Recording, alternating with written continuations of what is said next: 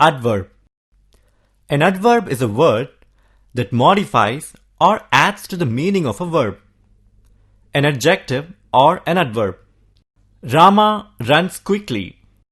In this sentence, the word quickly adds meaning to the verb runs. This is a very sweet mango. Here, the word very adds meaning to the adjective sweet. Govind reads quite clearly.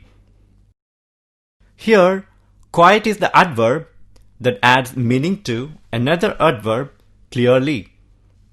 Adverbs may be divided into the following classes, according to their meaning. Adverbs of time, frequency, place, manner, and reason. Adverbs of time. He came late to the school. My father came from Delhi yesterday. The adverbs here are late and yesterday. Adverb of time will answer the question when.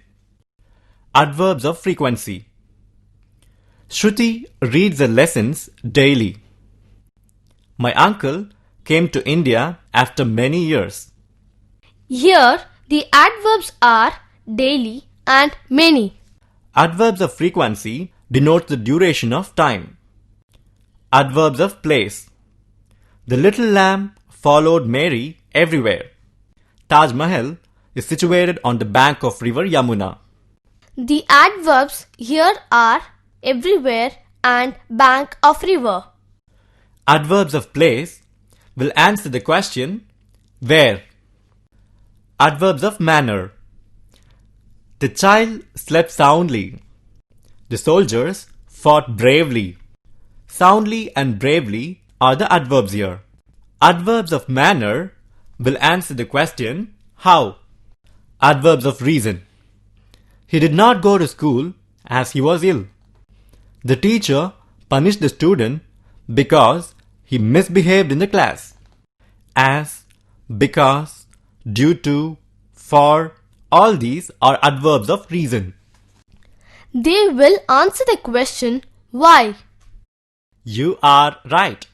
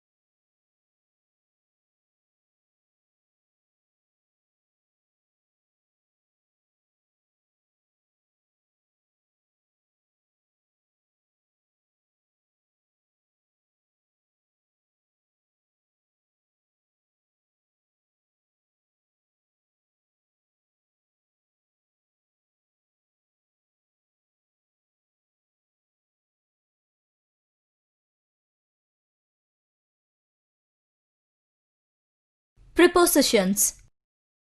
A preposition is usually placed before its object, but sometimes the preposition follows the object.